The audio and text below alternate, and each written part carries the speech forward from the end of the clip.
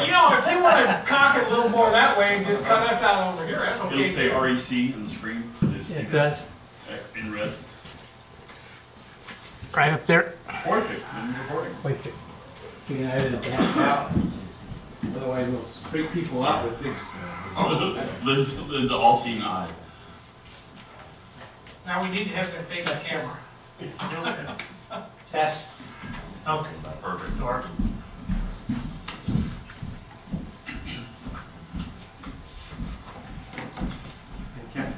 How you doing?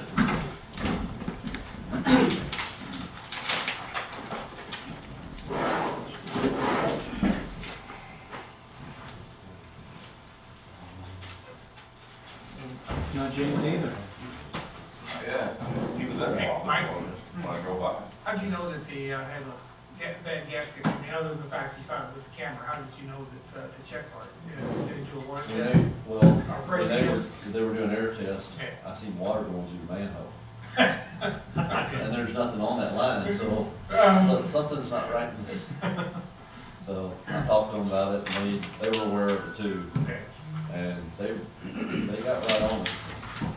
So you just kind of isolated it where it was for them, so they. Yeah, I want to check next manhole, it was right bummed. So, and you would want section there somewhere. It probably saved them a fair amount of time. Yeah, Every day. well, I told them I took the camera in and said, hell, it was kind of hard to I'll find. just give this letter Letting enough water over time, because it been rocked back to them, and it poured right through that, but it was so slight coming through, you could barely see a little gap around the pipe. Cameron did a good job picking it up there. We'll see, I hope not. All right, time to call the meeting to order. We have a roll call, I assume, so we'll do the pledge of allegiance. I pledge allegiance to the flag of the United States of America and to the republic for which it stands, one nation, under God, indivisible, with liberty and justice for all.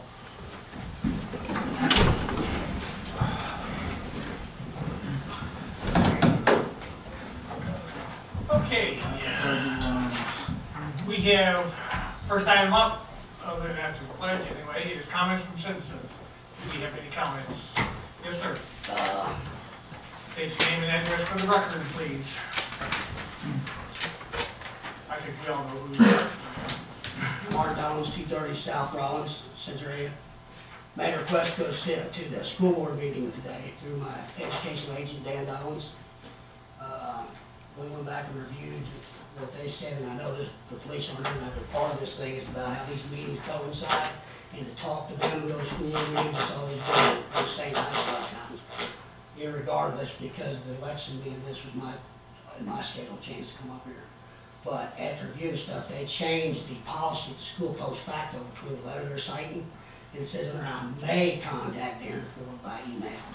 I believe the letter to the paper, Boone County Sheriff, Police Department, all that, I believe they knew I wanted to come to it.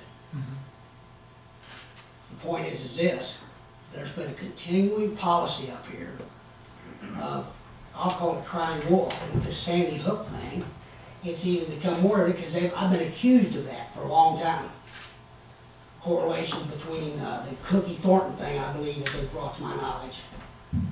And here's the problem with all of it.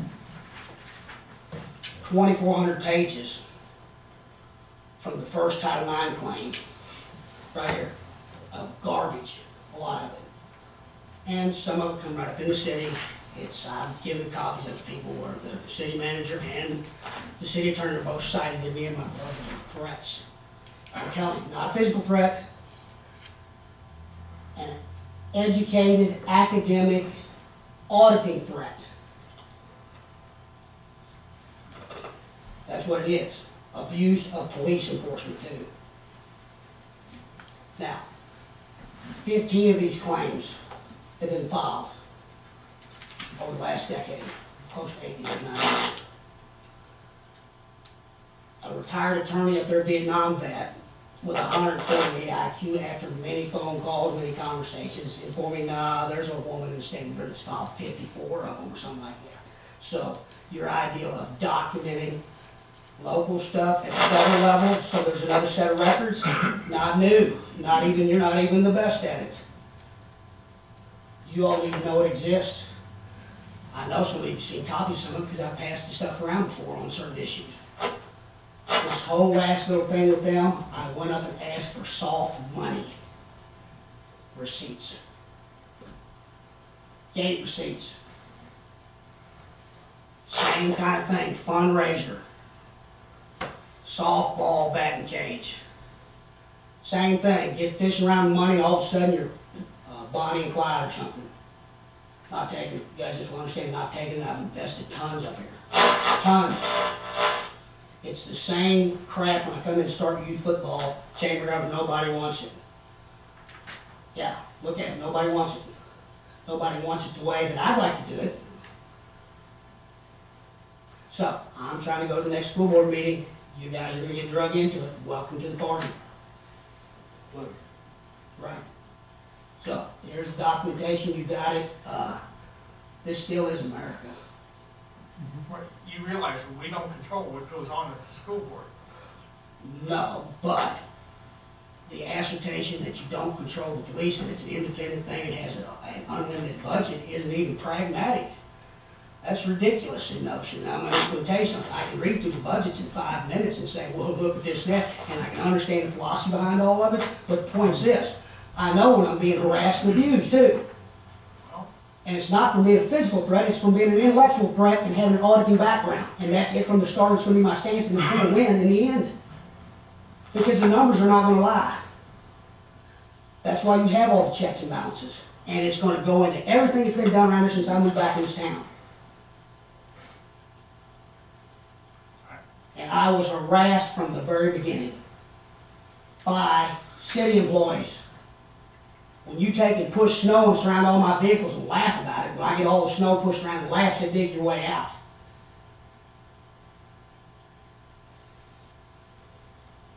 When did that happen? First year I lived here, What year was that? 96.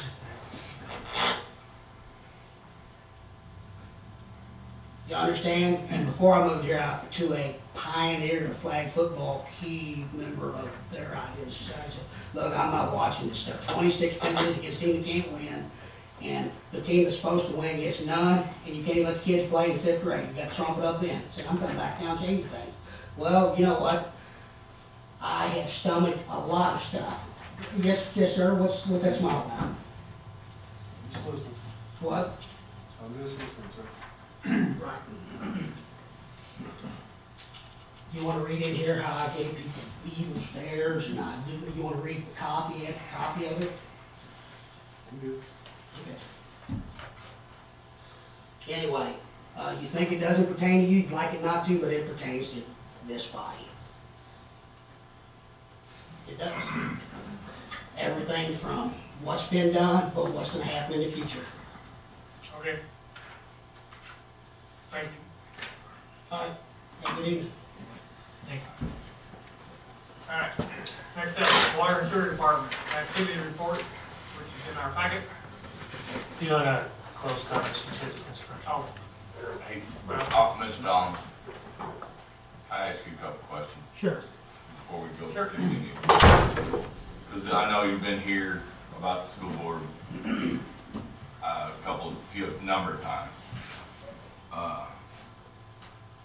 And I guess I have to ask you early, actually, how are we preventing him from going to a public meeting? If any time the school board feels that he has become a disruption, they have the right to ask somebody to leave the premises.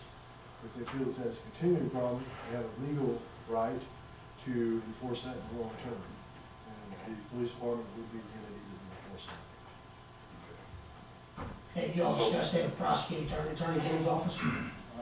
We don't routinely discuss pieces of this Here's what they case. advised me to send the last communication I had with them to April Wilson. I would encourage you to do so. Right. However, if the school calls us and asks us to remove somebody for disturbing the peace, we're going to do that. Right, and when I come to you a week in advance and say I'm going to meeting, and I did nothing to disturb peace, I just walked in there and sat down and escorted out, you tell me how to disturb the peace. Because I was going to ask an open session questions about a $300,000 grant. And that's what I referred to when I said when you have someone who's displayed a pattern of disruption. They have the right to have that person not on the premises that's their call, not ours. All we do is enforce it. That's the policy I'm alluding to, that they post facto changed the policy from one year to another, and then he misrepresented all. Do you check out his stories, whether he's lying or not, when he calls you? Or you just assume that it's the truth? I don't go to school board meetings. Do what? I don't go to school Do board we have an officer at the school board meetings. meeting? We took, 90% always of the time? send an officer, anytime we have one available. Okay, just like we do here, we try to have one there. So one would, if we had one there all the time, that would know there is a peace disturbance at the time.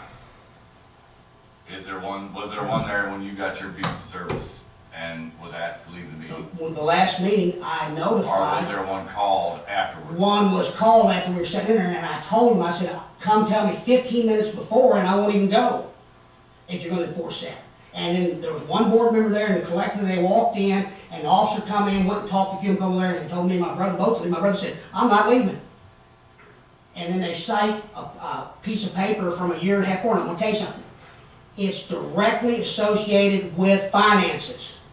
Well, I guess what I'm trying to get to is how we can resolve you being, able to go, and I understand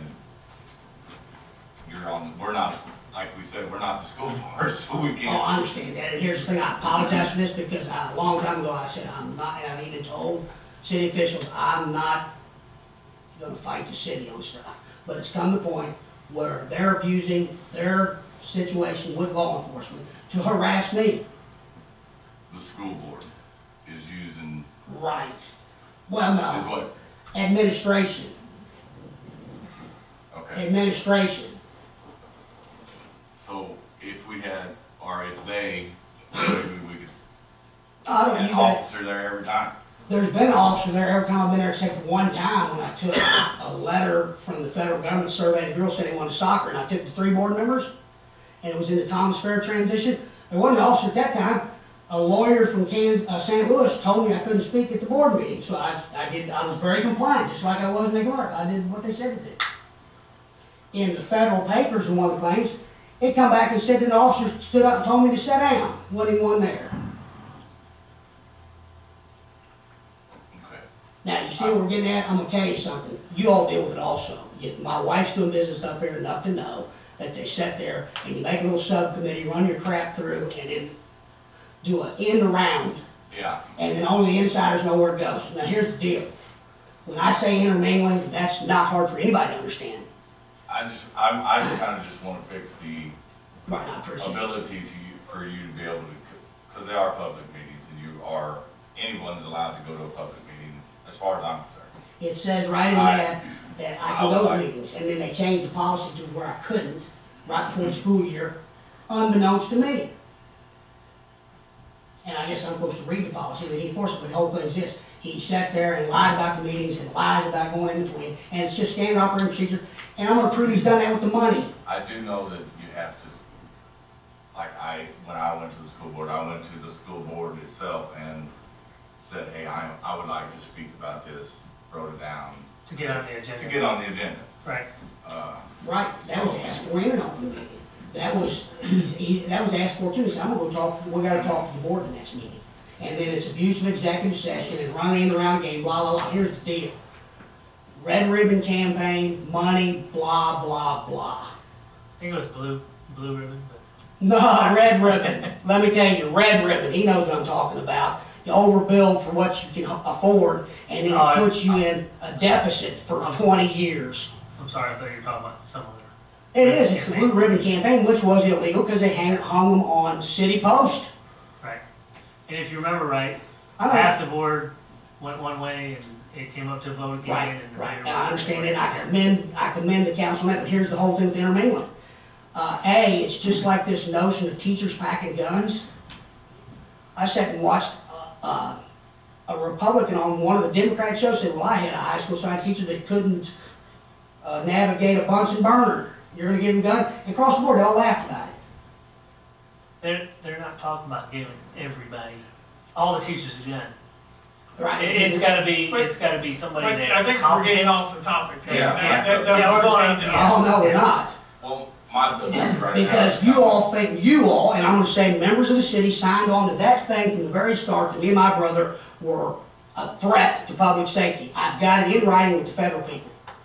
Your city manager and the attorney are I both didn't sign listed. off on any. You're listed on the thing, I've passed it around to you people. Passing it around to us doesn't have anything to do with anything. We don't vote on something like that. We No, have no, no no, say no. in it. But, Art, would you happen to have a copy of that tonight? I guess they aren't sure what you're referring to. Well, I gave it to you, I know. It- It's a list, it's the same time when they were doing the, let's bring some sanity to our youth football. Prayers, let's give Earl what he wants. How many years ago was this? Yeah, I don't remember that. No, it was, You gave me some other things, but I don't remember it being that. well, let's reference it back to the, scouting film. Well, let's get back to how the city is involved with, Law enforcement, all right, but they're doing what the school board has asked them to do. The school board has the right to restrict people from coming there that they think are a problem. not if That's it's a not our violation problem. of federal law or Well, state law. then that's a problem with the school board, it's not a problem with us. They're doing their job when they're told that that you're disturbing the peace. That's not what they're supposed to do.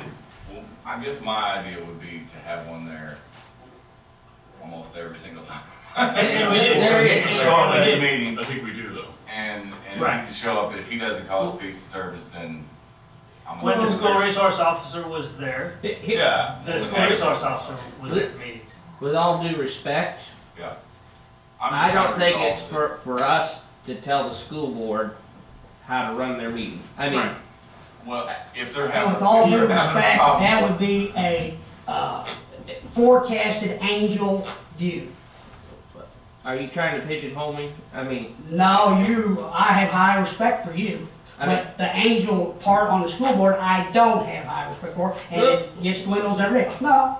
uh, So, you wanna step in the conversation, I'm just gonna tell you that, A, I paid my nickel for my $10,000 education degree.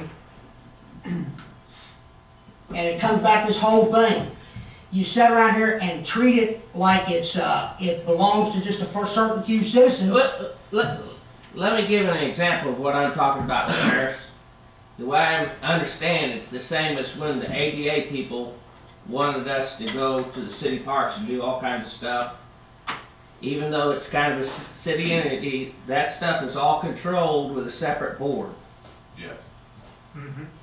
But we, I don't know that we can go and arbitrarily tell the elected officials over there how to run their meeting. No. no, and I we asked me can't. to. But, I was addressing Paris's idea, I'm sorry. well, it was just something to try to. All I'm wondering is, the way it's being done, I'll guarantee you that even the general public says, look, somebody came in and come in and ask about a $300,000 grant, a $360,000 loan for a district that has less Boone Electric line and customers than any of the other 4 schools in Boone Electric. Now, here's the deal. It's all about the money and where it's going, because I'm gonna tell you, I said it here before, God, love, and country, and we're great Panthers is a crock. It's people getting into the budgets. It's exactly what it is. Well, that may be, but we don't control that. And Mr. Dollins, from what I understand, what you're trying to get at is because you believe the school board telling you to leave the meeting is an unlawful act. Your point is that why are the police enforcing what you believe to be an Close unlawful act? enough. A state statute, any public meeting, I have to look up the statute. Whoever is running that meeting has statutory authority to excuse anybody from the meeting at any time. As law enforcement, we would be neglecting our duties when they make that call for us not to enforce that decision. It's pretty much black and white for us. They have the statutory authority, and if they make that call, it's the same as if you call 911. I can't say, I'm gonna go have a cup of coffee, I don't feel like going. I can't do it. Not without risking my job, and not without putting the city at risk. If the school board makes the call, and he does in fact have the statutory authority, and I'm telling you, he does, if he makes that decision, we are negative. Did you say they or he? Whoever is leading the meeting, The chairman of the the meeting, chairman of that Justin meeting, Roma. Is that who you telling me? I couldn't tell you who. whoever chairs the It would meeting, be like like, I chair the public safety committee, so I mean, the authority granted to me by chairing that committee is what he's referring to. So this Don is the chair of this committee right now. That's what I'm saying. And so, I would think, just so that we can close on the matter, just so that we have, no ambiguity as to what the true statute says, could we get a copy of that? And we've got public safety for next week. That's on Tuesday. Oh, I'm trying to move it to Tuesday, by the way, so we can attend the school board meeting for next week. Bring that up. I mean, just so there's no clarity to this. Right, so now let's understand what preemption is. What's preemption? What's it mean when I'm an American citizen, I'm a Boone County citizen, or I'm a Panther booster member? Which law has preemption over the other? Do you have to bow to federal laws? It's a state statute. I believe Do you have to bow state statutes to federal laws if they? Can I finish my answer? Yeah, go ahead. I don't believe there is a federal law, to my knowledge, that would dictate, as far as a public meeting, who has a right to ask someone to leave or not allow them to be there. I believe the highest law you're going to find is going to be a state statute. If my memory serves me correct, that state statute was amended a year or two ago to make it a criminal offense. If that person asked you to leave, or if that board asked you to leave, they made it a criminal offense to refuse to do so. Churches too now. Specific, I believe they made a law specific for public meetings. That's churches too now. Can't disrupt a religious meeting. But there's a separate statute for that as well. Yeah. But you brought up ADA, and I'm gonna tell you flat straight out, my Title IX claim is still open. Okay, that still has nothing to do with us. All right. Retaliation against people that are whistleblowers on something that's good for the whole community does have something to do with you. Now when it's concerning the school, that we have no control over it. All right, you wanna walk and whistle down that road, okay, well, I don't need to waste any more of y'all's time tonight about this. I'm I was just telling just you. trying to get a I know that, I solution understand that, to. and I understand where you're coming from, I understand all this. When I ask preemption, I'm saying, if I get Mickey Mouse around in local law enforcement to circumvent bigger issues, I don't think that law enforcement is the problem here. They're doing what I the don't school think board he's has saying told that. them to do. If we bring clarity, if we understand what the true statute says, and if it is black and white, that if the chair of the meeting, and I don't know the wording of the statute, but if the wording says the chair of the meeting can ask, the police have no other option but to follow. but under preemption of you cannot retaliate against a The school Title board would be IX, retaliating against they're you. using your law enforcement to carry it out. But it's at their direction, and they have the, Exactly. and the statute, if they have the right to do that, then the problem is with the school board, not with us. I understand Okay. that. Or, I talked to Darren Ford, and he informed me that he gave you specific guidelines on how you were to be allowed in the meeting. Okay? We don't really care what the guidelines are. I mean, we You don't care didn't about the lies. we didn't make the rules. He said I was supposed to email him, it says on there, I may email him. All right, and that's Okay. fine, but your problem is with the school board. You want to not go to with the us. school board meeting, you send Darren an email. I have sent certified everything else, but your law enforcement still enforces stuff. And then it comes back to the whole issue of the first time I came up here and said, when are kids' rights switched from a disciplinary matter to a law enforcement matter? And then when is that information transferred? Because it's a very delicate issue when you talk about civil rights and their parents and whether a kid gets arrested or whether a teacher and an administration All right, does. so We'll what get you a just copy did, of the law and we'll find out what the law says. so you never answered my question. What's that? Did you email Darren Ford? It says I may email him. Okay, do you want to go to the meeting? Send him an email. How simple is that? You just change the subject and start talking about kids. Will you want to get on and read the new policy? Emails are not considered viable with the new board. It's Okay. just on the new policy that they put in before the school year starts. Okay. So, send me an email by the old thing, let me run around behind the rules the same way he did when I was supposed to come for due process So you hearing. knew what the old rule was. Did you follow it? Yeah, I emailed him. Okay. Thank you. Until the Yeah. whole point's this. Look, he lays a blanket statement that I can't talk to my sister-in-law because she's a school teacher. This letter says the same thing. You can't talk to any school employee without express written by my direction. Now, does that sound smart to y'all? Does that sound right? Mr. Dalton, like I said, Whether I think it's right or not doesn't matter. what I believe your grievance is in front of the board is that you believe that the police should not be removing you when the school board asks you to leave, right? That's why I believe, that's why you're in front of us. Their judgment decision of what a disruption is. I understand, but that's. Is this a disruption tonight? Yeah. What? No. Not yet. Not yet. Well, we would ask you to leave if it was a disruption. Right. Well, I just got to the meeting, and you're trying to take his run around the back, create policy, to stop when the dates correlate perfectly. I understand that, and I understand that your beef is not with us, it's with the school board. But if their job is to enforce, and they have the right to tell you to leave, then your job, maybe it's a legal matter for you with the school board. I like that civil stuff, and watch what you wish for. That's all I'm because just saying, I've it's had a not- policy that I'm not gonna sue Centralia and stuff, I'm not gonna go be a lawyer soon, I haven't done it. But let me tell you something, after a given amount of time, that strategy carries a certain amount of brevity with it. I understand that. Especially when you create the paper trail that it's all about money. But we don't control any of that. You control the law enforcement with a group that are fleecing money in the name of harassing, abusing kids and their parents. Now, is that clear enough for you? I understand that. Okay. We still don't. We just need clarity as to what the statute says. And so let's talk about this. Do that and then look into the preemption part of it, and then, you're a young man, you've got a long law enforcement career ahead of you. All right. One other question, this is just an AV question. Do you have by chance of a cell phone in your pocket? No. I'm hearing weird, stuff going over This, Wonder where that's coming from. Sorry, I was just curious what it was. Yeah, hey, I commend you all on this. You need to maybe, like I said in the letter to them, put this over there, and then might have a record of all those alleged disruptions. Well, we can't do that. That would be their job to do that. Well, here's the deal. Intermingling, I'll say no more, no less. All right. And we all lived here long enough, we know everything's going on, it's just gonna be what it's gonna be. All right. I thank you guys for your time. Thank you, I sir. didn't really mean to take out that much of it. Thank you. Okay. Water and Sewer Department, we have an activity report. Anybody have any questions on the activity report? I do not.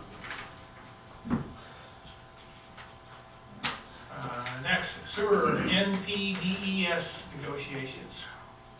Just to let you know that I still think we're gonna be able to do the application for an early NPDES permit for water on our own, but we will definitely need the engineering assistance for the sewer renewal, and it will have to be negotiated in the next couple months to give adequate time to submit it before 6 months before the other permit is due. And we're negotiating with Mr. Cunningham, who did the study of the sewer department in our facilities earlier, to give us an idea of what we might need to do to expand capacity.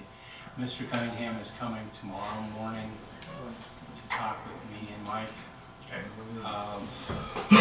And we'll describe scope of work and agree, and then we'll see if I can get a decent price out of it, and if so, I'll recommend the contract to you. If can't, then we'll go looking for a different engineer.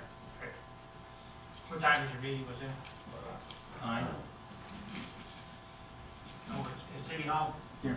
Okay, I'll make a motion. Okay, is there any other underwater and sewer department?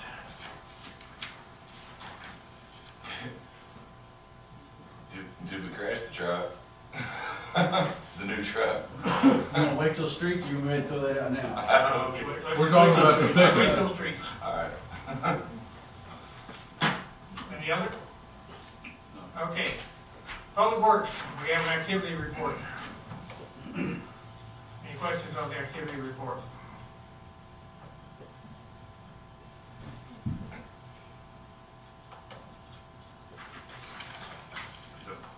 All right. And streets, Do you want to elaborate on? Yeah, Monday night, while we were plowing snow, when he was, one of the guys was making a corner, trying to get the road cleared, truck slid off the corner, and, didn't damage the truck too bad, got the spinner part on the spreader, and, we got all the parts ordered, and, the truck will have back, they got a few, it was just little stuff, mud flap, fan shroud, they got broke, battery box, and then there's a surge tank. 'Cause it's all real low to the ground on that side, so if it goes down, all that stuff's sitting on the ground. And that was the only thing wrong with the truck. So the spinner on the back that hangs you know, like this, so when we went down, it bent it up, so we had to order a new piece for that. That was pretty old too, wasn't it, The spreader? the spreader is probably 15 years old, Yeah. so this will actually be, that part was actually pretty rotten, so I mean, yeah, so it'd be nice to have that upgraded anyhow. The rest of the spreader, we repaired done it last year, I mean, that was the one part of it that was even really wore, so it'll all be pretty much a fairly new spreader now, but yeah, truck will be back in a few days, and the parts should be here next week, and so, it wasn't as serious. As bad as everybody. Yeah. I mean, from what we Well, we drove the truck back to the shop, I mean, Yeah. we drove the truck over there, it drove fine, I mean, other than a few little things, it's not, I mean, you look at it, the truck was fine, there's nothing. Could have been a lot worse. Yes. Yeah, we could be having snow right now, and we wouldn't have the truck with it. There's that too, yes. But we used to run with one truck, so I mean, we got 3, so I mean, we survived. But it's not too bad, I mean, it's not as bad as everybody kept saying, Yeah. truck's minor, it's just a few little things, I mean, it's operational, he says if we needed it, we could come get it, if something happened, he wasn't gonna take it apart, so they got the parts, so. who's working on. Myers Truck Service Mexico, he's an international service place, so, Yeah, they did good work. yeah. He's worked on a couple of trucks a couple of times, so he does a good job. And your truck got damaged too? Door got smashed backing in and pull into a warm building, mirrors frost up. They used the yellow lines with the big truck to back in, the door was still up. Couldn't see it, they backed in, caught the door. Folded it backwards. It's fixed back, other than the truck's muddy now from going out pumping the farmers, everything's good. Is radio in it now? Oh, what? Somewhat. Partially. The reason it was over at the electric barn in the first place was we were putting the radio in. Mm. Okay.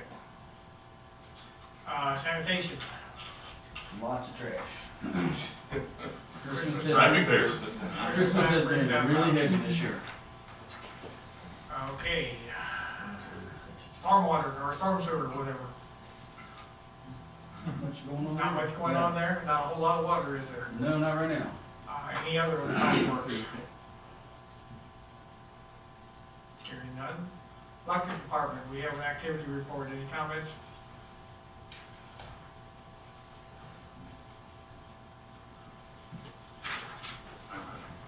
Alright. Directions for GIS acquisition. Any comments? Where should we go? What kind of directions are we looking for? Looking for where we're gonna have a contract, what kind of contract we're gonna have, who we're gonna have it with. What's your ideas? You want me to go first? Yes. Since I talk the longest. And Go. Try 5 minutes. Realistically, I am torn in between the two. I do understand that it needs to be done. I really do understand that part. But you know me, I'm always the one that is the stickler about the money. I'm always the money stickler. So that's where I'm, and I do understand the guy that's, you know, from Maryville does do it all the time, and he would get it done faster. But I guess in my head, I don't really see where and I understand where you guys are coming from too, where it has to be done. We've been out without it for 100 and whatever years. So you're proposing that we just don't do it at all? No. I'm saying that. No, I don't mean that. What we're saying is that we have to, that we want it done now. Some of us want it done with the guy that from Maryville and want it done immediately, and it has to be done now. And the urgency, I guess I don't understand the urgency of the. So you want to put it off by 1 year?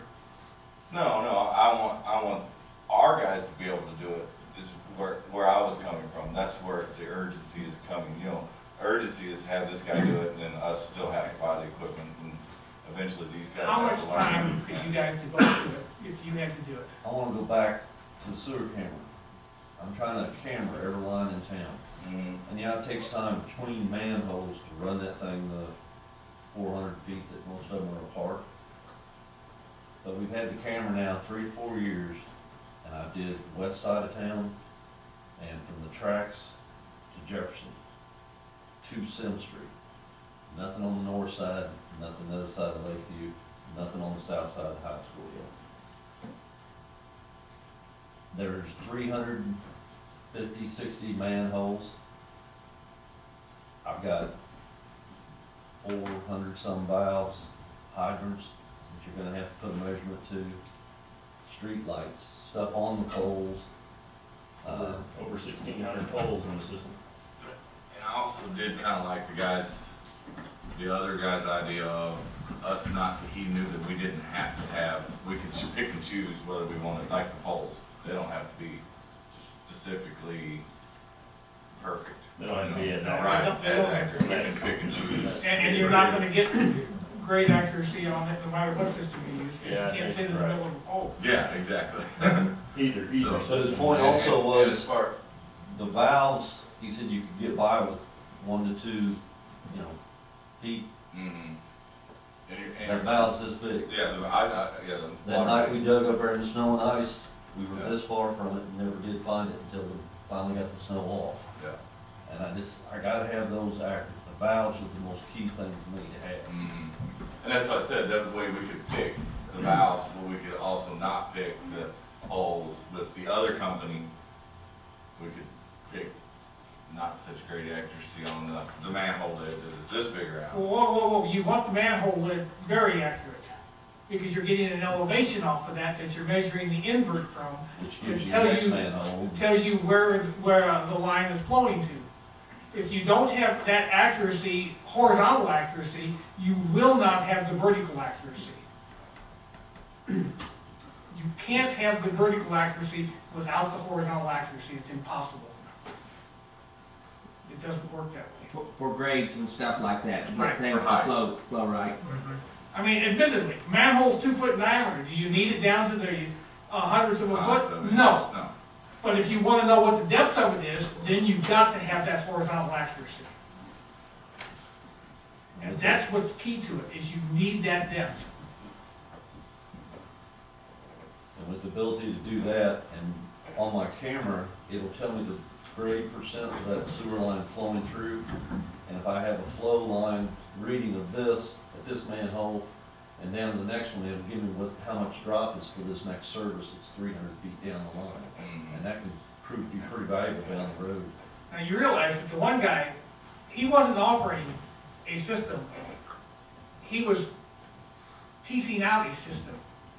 Yes. One guy was doing the software, they were talking about having somebody else come in and do the electric, then either us or somebody else coming in and doing the sewers and stuff. And the manhole, that's why. All they're doing is being, they were a broker. Contract. No, The other guy was coming in and saying, we'll do it all, you don't have to deal with anybody but us. You'll get all the same consistency from us. This other guy is a broker, he's not doing any of it. I kinda like the software of the other one. I don't like open That's where source it's at. software. That's open source software, I don't like it. Both of them admitted that open source meant nothing. Both of them admitted that open source software meant nothing. Because I asked them both, and they both said in the meeting that open source software didn't matter whatsoever. I believe that's what he said. the open source software. I'm not sure that's not what it Didn't said. matter either way. Didn't matter what. That, whether you, he did say it, right? I don't believe that's what he said. If he did, he misspoke, because he was Yeah, down cutting his whole premise. He's saying that between two different open sources, they're Both of them, I asked the question. I said, so the open source would not, But that What Beehive difference was, does Beehive's not open source stuff. I'm not sure what you're referring to. I mean, some of the original stuff that they kind of Yeah. spoke to the mayor about, I think, Yeah. at the MML or wherever you Yeah. had them at, they were kind of going with the open Be- source. But between the since then, and- they had partnered with Beehive, Right, I don't between the think MML Beehive is- and our meeting, they had made that partnership. open Yeah. source. with the other With guy that open was here. source, yeah. But Yeah. did anyone ever come up with a price if the other company did Survey the grade. survey grade accuracy. No. He never came up with that. He never got that. He came up with a percentage of, What was it, $4 per Per hit. point? yeah. Right, but some of that was based on the less accurate. Right. Yes, I it was was wanting based to on know- the. Yeah, he was like $4 hula hoop range is what he was saying, Right. per point. If You you know, wanted, if if you you got- wanted a If 12-inch you range or push something, them to do the accuracy of, the other company, he's talking $10 or $12 a point. how close, I mean, I'm thinking that the price really isn't gonna be much And That's for what my, I'm saying. I and don't for my know previous what it said. employer, just with the GIS stuff that we did, things aren't accurate. The whole reason you did it falls on its face. And so if we're gonna do less accurate, we shouldn't do GIS at all. That's correct. That's my. You've got to have the accuracy. I agree with that. I mean, it's silly to have spent some money to get a sort of reading that is useless. There are a number of towns who have done the less accurate stuff, and That every people one are of them, saying. every one of them has wished that they had done it the more accurate way, and many of them have gone back and paid to have it done again, because they needed that extra accuracy. So are they trying If to? we buy it with save less money up front accuracy, and we end will up regret spending it. double? Well, and plus you get a reading back, and you make assumptions. You make assumptions as to where something is, and you can cause more damage that way.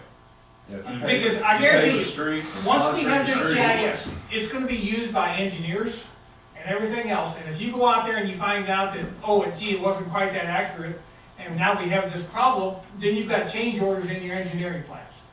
That's gonna cost you a lot of money in construction. Yep. That's where your problems are. Yes, When you're talking about that sort of thing, are you meaning things like a couple hundred square feet of asphalt where you didn't want them? Is that what you're talking no, about? usually utility locations, water lines, electric, underground electric, that kind I'm of just stuff. thinking And nobody knows inaccurate- exactly where underground. Inaccurate utilities- GIS measurements when you're fixing a street like Switzerland or whatever this one is. No, that really has no bearing on it, because you're not, well, first place, we're not including streets within this, but no, those are surface elevations. It has more to do with your utility locations. The surface elevations are with the street. Yes. Over time. Which would end up having to do with the street, because we have utilities in the street. Well, yes, That's the point on having them accurate. Yeah. I think Phil will go over and pay right on top of my valves. And I gotta find these things, and you don't want me to have to cut out your brand new concrete street. And that's my point about it. You need to And be then accurate. report. But that, it happens too easy when you get a paver that's the one whole width of the street going over these, and you're trying to mark them and stuff, and they get covered up, you're trying to keep up with them. It's really easy to do. I mean, I've been helping the guys, and I lose them. You know, we try to paint everything beforehand, off the edge, get ready. We've had a hard time finding manholes that are this big before, after they, Yeah. we knew about where it's at, and we dig up, a 10 by 10 area trying to find one little manhole. Yeah, absolutely. It all looks like when you're done. So, yeah, they're hard to find, they're a little bit of asphalt sometimes, even if you know they're there. You know my thoughts. that to me is, the accuracy is a key to a GIS. A survey is a GIS, it's just on a different scale. And if you don't have the accuracy there, I mean, if you do a topo survey and locate utilities and you're not accurate, boy, everything's based upon that is worthless. And if we got questions, We're kind of going to an underground system right now, right? We're starting to, the electric put part, more and more underground all the more time. and more underground, so that's not gonna be an issue. You're gonna map that out anyway. It'll be a lot easier to just plug that into the. He's gonna map it out, but existing who's to GIS say it's not gonna change with somebody clearing the ground? I mean, But when I dig in my yard, I have to call out Big Right, and they come and tell me exactly where my water line You'd be is. surprised how My, They well, got they 2 tell you foot. where it's They're at. all- they paint like this. They take a shovel. They're within hand shovel. 3 foot. Yeah. Sometimes that isn't good enough. Yeah. And I've seen them where they're a lot further off than that. Yeah. And usually it's because nobody knows exactly where that line is. The people who put the line in are long gone, everybody's retired, it was never recorded on paper. They were paid by the foot, not where they put it. Well, that and That's the why we put tracer lo- wire. locators won't pick them up as accurate, sometimes the old stuff goes around. So, I mean, the GIS, as you uncover stuff and you locate stuff, then you do put it into that same system, you go, well, oh gee, it wasn't here, it was over here a little ways, and you mark it on there, and now you've got a better idea of where it is next time we need to use it. And But I it all thought, comes down to the accuracy of what you're measuring I from. thought they both gave really good presentations. I did too. Mark and I talked, and we both like the idea if there's a question or a problem with how something's drawn out or put out.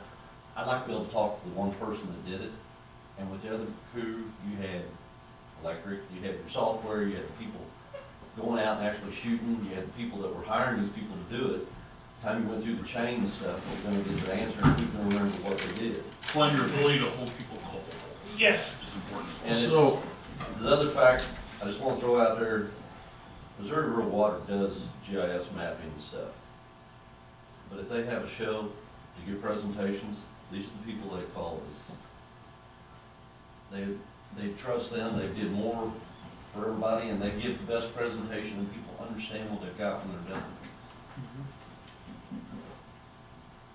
I think for the electric department, you're talking about keeping track of everything, sure, I mean, when we take an area and go from overhead to underground, you know, I've got a, I mean, I use the aerial photo view from the Boone County, website, from the assessor's website, you know, and print it out, and then I simply just, in a pencil draw on there where we went, you know, I mean, it works, but eventually, If you had to the- get all that in one nice form, so someday, it's gonna be a few years before this happens, but someday when the majority of everything is underground and I'm gone, somebody can look at that and know exactly where it is. I mean, as long as Mark and his crew are When that there and they're comes putting that stuff in, they can go back to it, and one of those guys is gonna remember pretty well exactly where that was.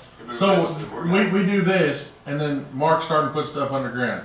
Can we buy one of the GIS We have- things? We will have And to, then they At some do it point, right yes. there, and then we don't have to call these people back in. Yes, for the most part. Yeah, once the, So you all will be able to do the new stuff. and the other thing you gotta realize is GPS doesn't work under canopy very well. So you get next to buildings, you get under trees, GPS doesn't give you good results. This survey company, they've got the survey equipment that they can locate that in spite of the fact that they can't get GPS coordinates on it. This other firm, they're just gonna give you less accurate results at that point. What I'm saying is the new stuff. Yes. I'm all But a for lot of these having stuff, yes, Midland we're come gonna in, or want- whoever they are, come in and do it. then But that's, the new stuff, I don't wanna have to hire them to come back in Every time. Now, every there's, time to GPS this back in. there will be some things that we may want to upgrade later on and have them come back and do, but for the day-to-day stuff, no, we would, probably do that Well, ourselves. let's face it, Upkeep would be handled as we Pretty much. put it in. Because Mark's got the, if he's got a GPS unit that can give him, you know, the coordinates of where he puts his underground line in, then he can trace that out while he's got the ditch there, while he knows exactly where it is. And I'm not, even the water and Yes, all that. yes. I mean, just like what we've done recently in Cobblestone Lake Estates, I mean, we should be able to mark that and add that to the system ourselves, Okay, once we get the system set up But to begin with. since it's in the ground now, it'll be part of this contract. Yeah. Either way. Correct, yeah, Yes. yeah, no, I'm just saying in the future, you know, 10 years down the road or something, you get a new line and, yeah. Not immediately, but eventually next year, year after, whenever the system's up and running, yes, we will have to buy a unit and train on it to get this level of accuracy that we want. It's gonna cost the same amount whether we go with Midland or the other people, because they're not gonna sell us the unit. That's gonna be something you can get on the market anyway. So, but we will then have to do some training of our own guys, but it'll be small incremental things, you know, one length of manhole or one block Right. of electric line or And something like you'll that. And you- They can take the Well, now, time. wait a minute, there's two ways you can go about it. One is we can get, a less accurate unit, you know, for doing some of the electric work, like locating power poles. We can get coordinates that are close, then we may need to get this other firm to come back in, or some other firm to come back in and shoot some of this stuff again. The electric, locating a power pole, you're within 6 inches, you're good. I'm not worried about the power pole. I'm worried about the underground Right. stuff. But you If don't we're gonna- necessarily have if to we do have to all buy that a at once. unit, we might as well spend the money and buy a good one, and not nothing that's, Well, if- Yes, well, I don't disagree with what you're saying there. But But for I right mean, now, it's a matter of how you want to approach I have it. a budgetary question. Yes, sir. We have budgeted originally for this, to get it surveyed out for the water and the electric, And the sewer. And the sewer. okay? And the way I understood, the way you had budgeted and planned long range, was that we had enough budgeted to do all that kind of at once with one bid, Yes, sir. and I budgeted within $300 of what proposal came out to be. and that is about, I can't remember the figure, how much was it total? 78, I think. $78,508.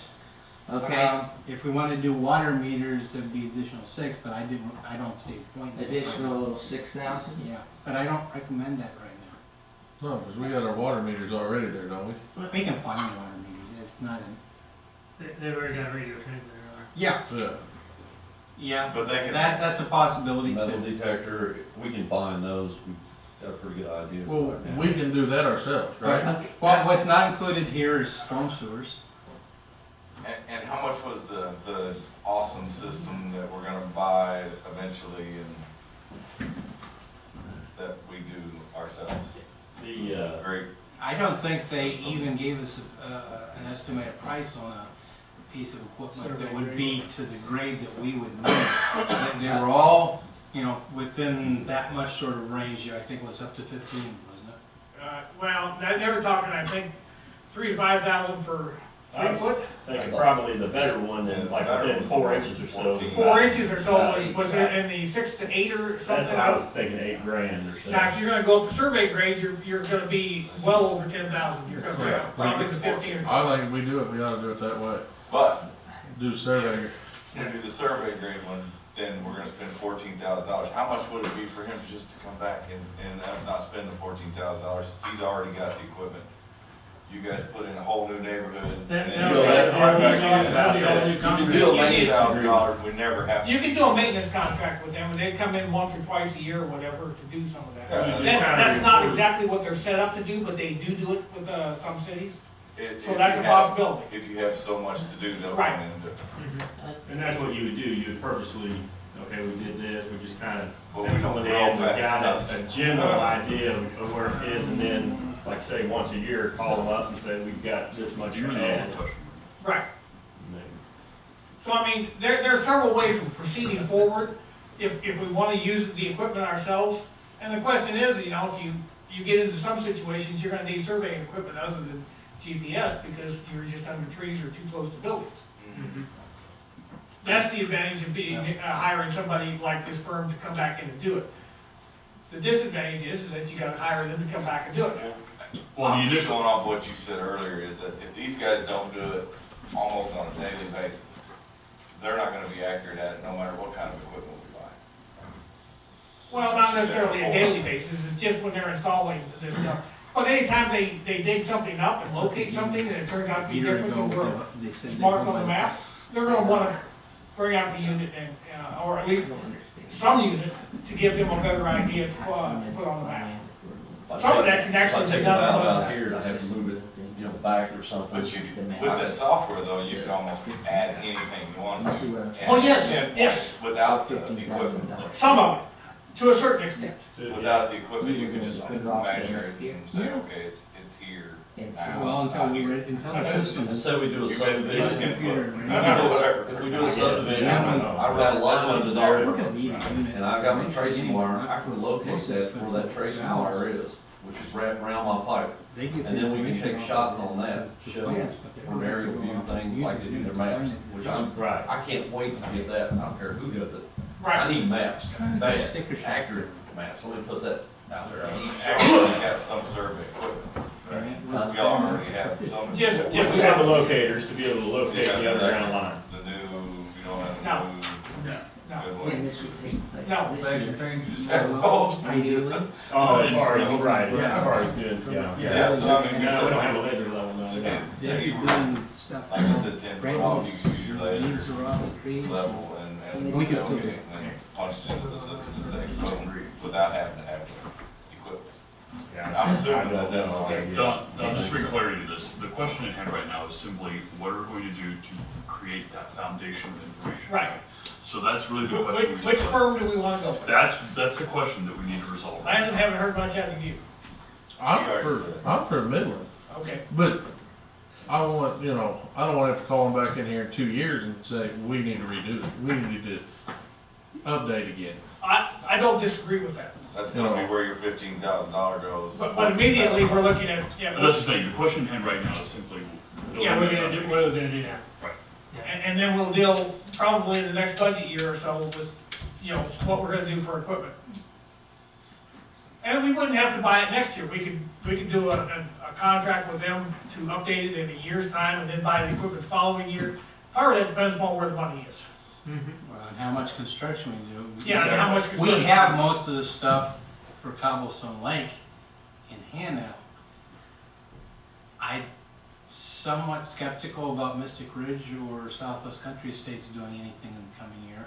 So probably major line construction that would have to be added to the system will be some time off greater than a year. The only thing that might need to be mapped any sooner than that We'll is continue to whatever you do underground. Aerial, And that's gonna be a few blocks, not a whole lot. Right.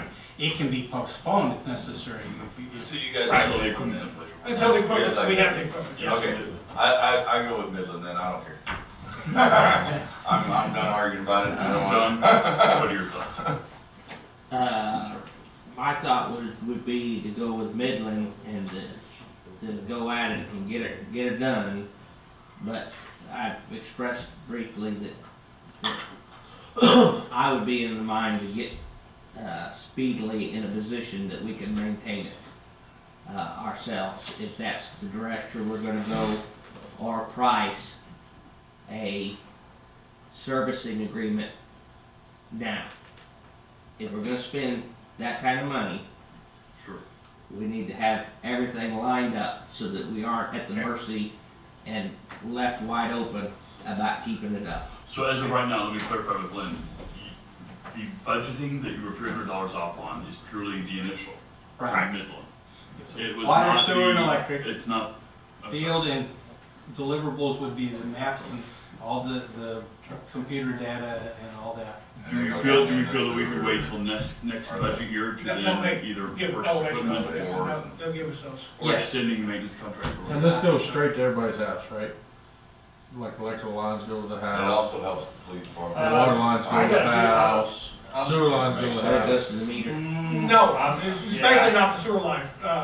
They would get, but we would have the information, like all of his camera stuff on the sewer lines. You'd be able to pick up where laterals come into it from that. You wouldn't necessarily know where it goes to the house from there. You just know where the tap is on the sewer line. But But the there it electrical is. lines, you know where the electrical goes, right? I don't think that's gonna include the secondary service drop from the transformer to the house on this on this price. Right. My guess is it does not. It's just gonna include the It primary. include the primary main lines running through the. Okay, you're talking about underground service All area. the underground stuff. He can locate, and that's not a problem. We can locate that. I can locate my services going from that main to the meter with our locators. It's just mains and valves and stuff, it's transformers, stuff like that. Okay. The underground stuff that you're talking about for service there, he'll be able to hook onto and locate and get a really good accuracy on that. I mean, you haven't. He can add that, Right. I believe. In most cases, it's That's gonna where- be a shot, but he's gonna know on the house where the meter base is. Yeah. Now, there will be things we'll want them to do for us later on. We'll wanna add in, you know, storm sewers at some point in the future. We'll wanna add in, zoning, police. Zoning should be easy. I wanna be able to add police and fire. Yeah, police and fire, that kind of stuff. So, I mean, there's things that we're gonna What's the wanna deal add about to the this. police, why do we wanna add police and fire? It's You know what I not, mean? you wanna be able to say, we had X number of incidents in a certain area, a certain block or whatever, and you can visualize trends a lot easier on a map It's a lot than you easier. can looking Trends at a analysis. scroll of addresses on a piece of paper. it's not terribly difficult or expensive, because I mean, it's not a lot of field work. It's, you got the base map, and you create another overlay, another layer, and you let the dispatcher, when she gets a call, he gets a call, enter the address, and that'll show up as a point on the map. And over time, you can say, Code it. show us burglaries for 2012, and it can do that for you. Now, the thing with it is, what you want to realize is, they don't have to come back to town to add the police. We just need to tell them to do it, and they do that all in the office. Actually, Because they give them the reports. Actually, I thought they could do that. Well, Or that he could do that. Well, or they've got to set the system up. They're gonna gather the they're gonna have this information. information, and they can set it up any way they want to. Yeah, but they'll set the system up for us to add that. They're not set up to do that with this contract. Fire, we don't have enough of to learn about. Well, we have lots of medical calls, and it would be very interesting. Lots of dog calls. Well, you could just put it on the Yeah. police department. Because if they call 911, it goes to the police department called out. You want to code it so that you could differentiate between medical calls and calls for crimes, and a good system will do that for you. Right, you want to be able to, burglaries versus robberies, you don't be able to pull out any of They those. already code that in the reports as far as being able, For, what the chief brings in, he'll say X number of burglaries, X number of juvenile delinquencies, whatever. You add that to a geographic location, and it adds information, and it's not real difficult. And it helps them decide where to put their forces. They have that option. I would like to make a motion that we proceed with letting out the bid to Midland for the $78,508 with the instruction that we also look about formalizing plans later about maintaining the system in the year when it's up and running. Second. Second. Hey, let's have a discussion. Linda, do you want to say something too? Uh, Plan and seconded. This can't be the final thing Yeah, tonight. you need to. This will be a contract. You'll need an ordinance. Well, It can be on that. I'm sorry. You have an ordinance for a contract, but the contract can be in the direction you are giving me. he's got direction now, he knows what to do. I can go to Midland and I can get confirmation, say, oh, by the base price still. I want a confirmation that includes streetlights. Okay. I can approach them to say what kind of options you have on maintenance agreements for 1 to 5 years. And also, while you're at it, give us a little bit of feedback on what it's going to cost for budgetary purposes to do training and to acquire the survey grade equipment. All that, and then I can put that in an ordinance form that gives you the flexibility to do this right now, and the other can be in the budget. The way I understood it though, is that the program that we're getting, I'm assuming that we're getting still, that we could add, I could go in there and Mr. Bellamy has 17 arrests on 217 West Singleton, which is my house.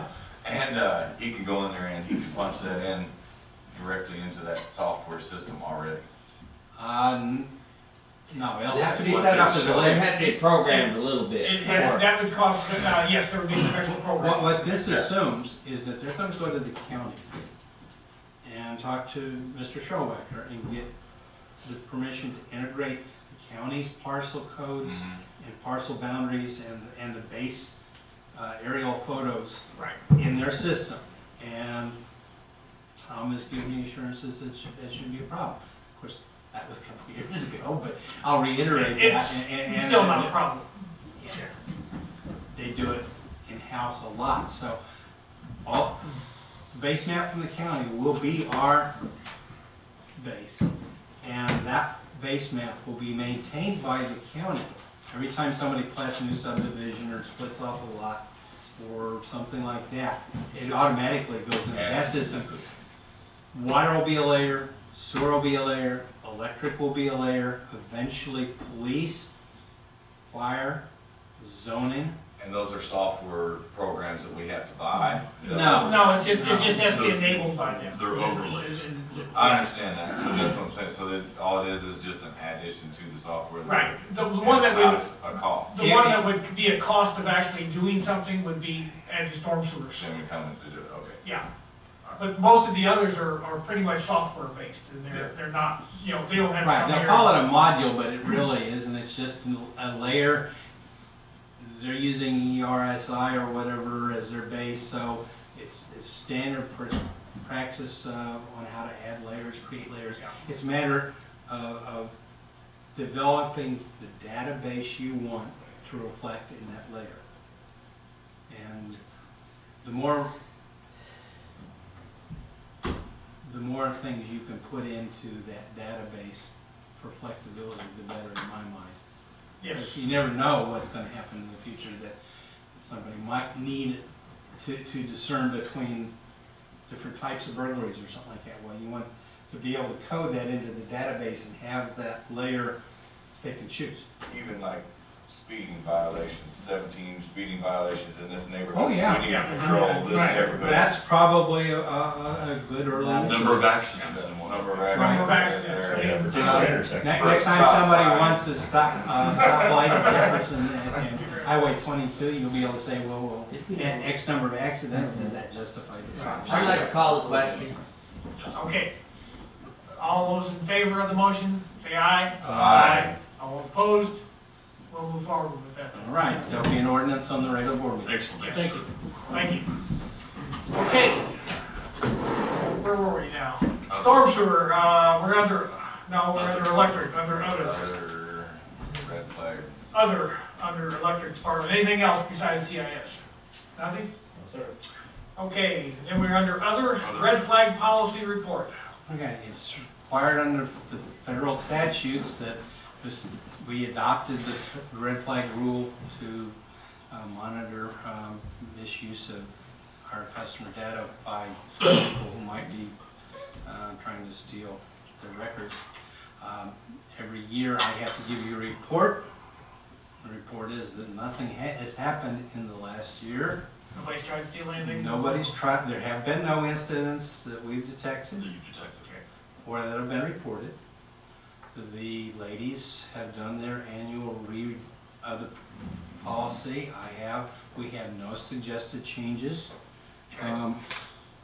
We have had no employee turnover that would require any additional employee training.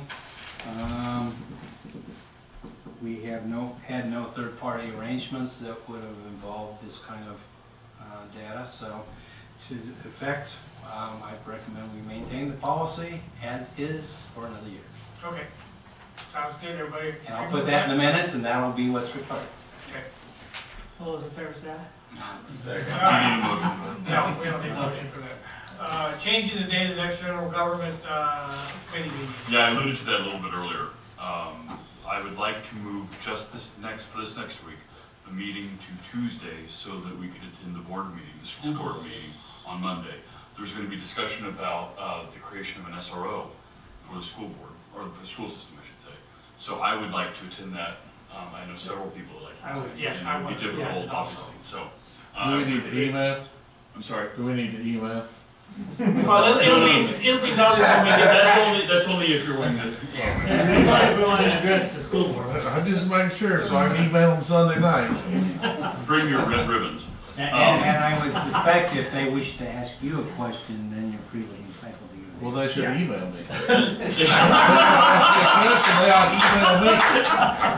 So, if no one has any objection, I would like to move next week's meeting to Tuesday. Do we have any Do objections you to have an that? objection? I haven't got an objection. I may not be able to make it on Tuesday, Okay, but that's fine. duly noted. I would also ask, how much do you know about the SRO That's what I want to know. ahead of time?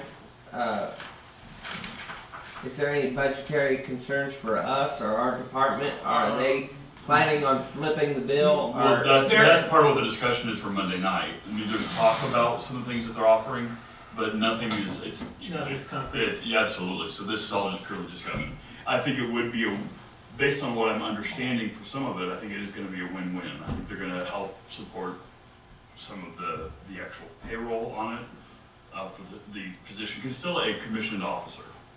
Right. And so, Working through the police department. exactly, so it still falls under Larry's responsibility. I mean, that person would report to Larry still. Part of it is to get clarity on this, so that's what Monday's meeting, and then we're gonna discuss it obviously on Tuesday as well. Right. Right.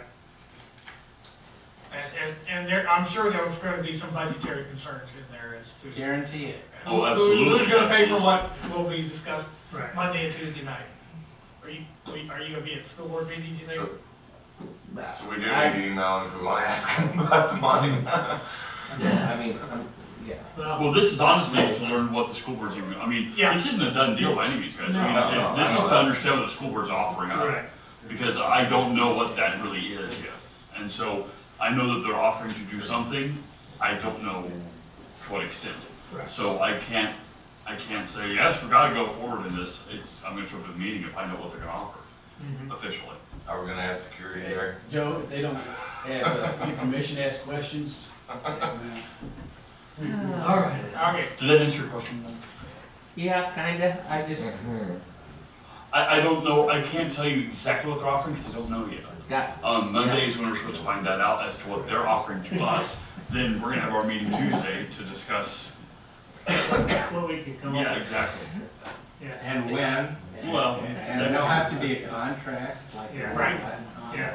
It's nothing that will happen in a day or two.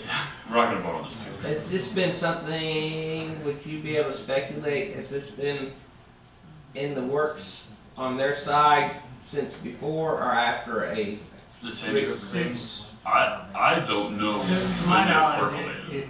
to my knowledge, it's arisen since the Connecticut incident. I don't know if there was discussion with the school board before that though. I mean, Yeah, I don't know that's either. what certainly what precipitated. On that day, I did stop by and talk to Mr. Ford.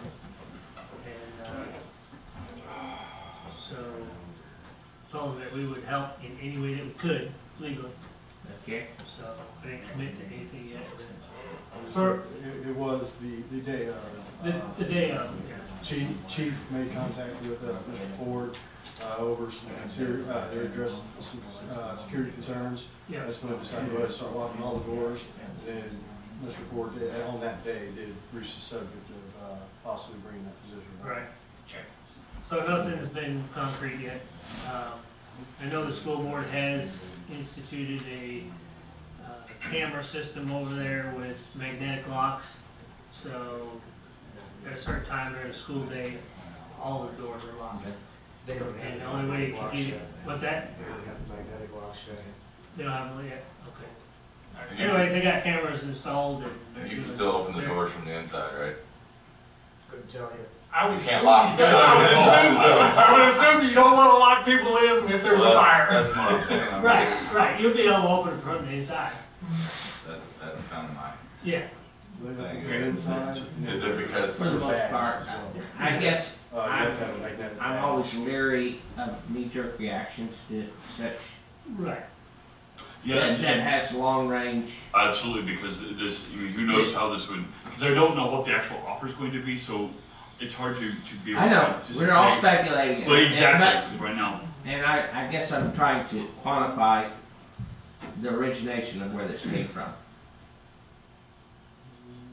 I didn't hear anything about it until after seeing you. All right, there you go. That's more to my point. the I percentage didn't made it. hear anything about it either. I didn't hear nothing about it until Saturday.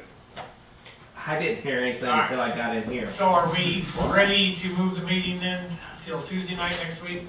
Anybody have a problem with that? Okay, we'll move the meeting. Continuing budget discussion.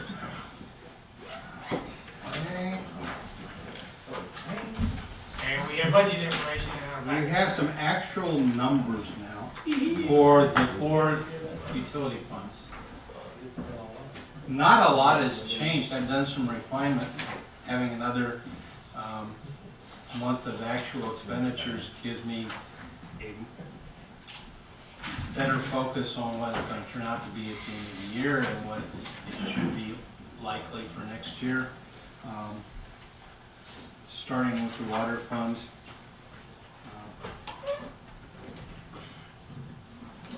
these are in the format of 2 years ago. Last year, between the dark lines is this year's budget. The next column is what I think it's going to end up being for this year. And the last column is what is likely to be my budget recommendations to present to you in March. So what we would look at is the last one. Well, yeah, but it helps to put it in context because there are some things that come down and get a bottom line, and that bottom line number carries up as a beginning fund balance for the next year. So you'll have a block of numbers that are revenue and a block of numbers that are expenditures for operational expenses and regular or predictable expenses for, and they're by activity out of the budget. Segregated out from those are some special things that have major impacts on the budget, and those are the kind of items we add or subtract to try to make sure the budget balances if we have to. Unless you want to change total focus on what a particular utility is trying to achieve. And usually there's not a lot of discussion in the water fund. If you're trying to achieve getting water to houses, and the only once you make a decision it's going to be a government activity, then this is what it is. And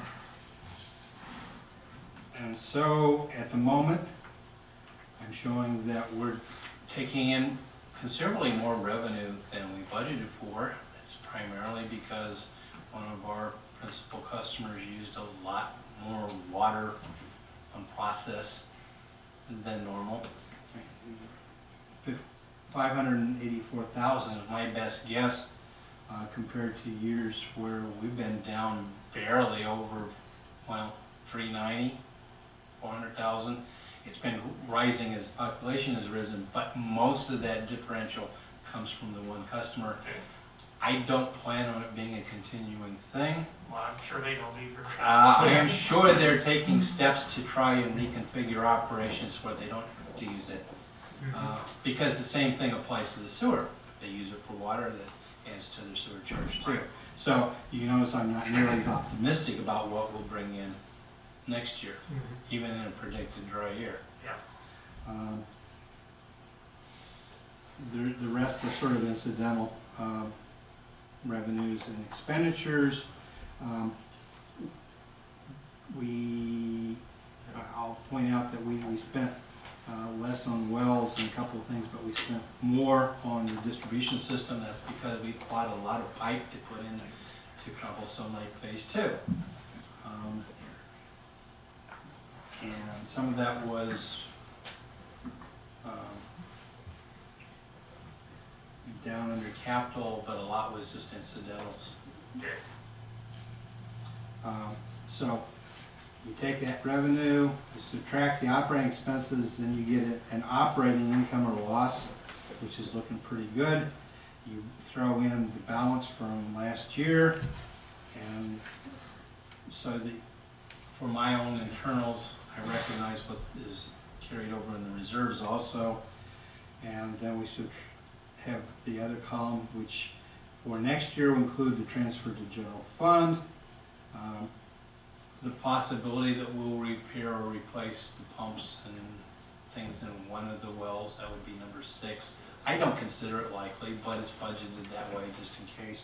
And we still have 37,500 to carry over as sort of a growing nest egg to take care of wells 3 and 4 whenever. And right now, we're estimating an 8-year cycle. We used to estimate about a 5-year cycle, but with 3 going, with better quality materials and better deliverability, we just haven't needed to do maintenance on the well pumps and motors as often. Leaves me with around, well, I show 78 here. That might change a little. Available for new construction of mains or replacement of mains. That would be sort of an optional thing depending on our time. The net replacing one backhoe we buy a new one, the one from the water department goes to the street department, which has the oldest backhoe, and it gets sold in the market. So the net would be about 73 or so, we hope.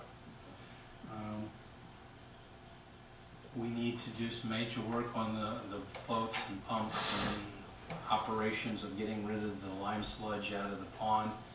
And I think that's more than sufficient, but we don't really have a good dollar estimate otherwise than just about 30,000 if we had to replace everything. I don't think we should be able to repair some, but it's very harsh operating conditions, and it's been there 21, 22 years. We're now, I've been here almost 23 and it's 0 for a while. Okay, so it definitely needs to be looked at, so we have money to do that. We're maintaining the plant replacement reserve at 100,000 just in case something goes bad that we can't anticipate. And replacing the remaining doors at the water plant for 2,800.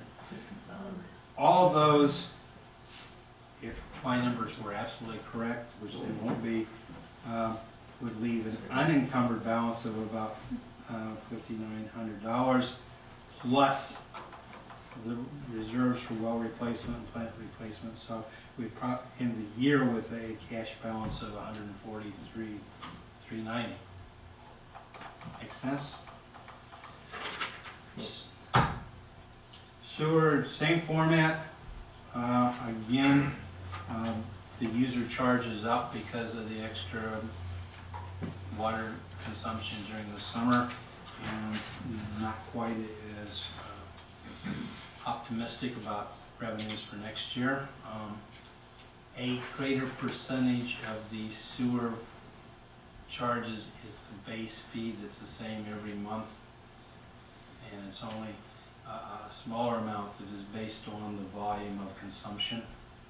So it stays flatter, it's less elastic. I'm assuming that's a 3-month average during the winter? No, on average. Oh.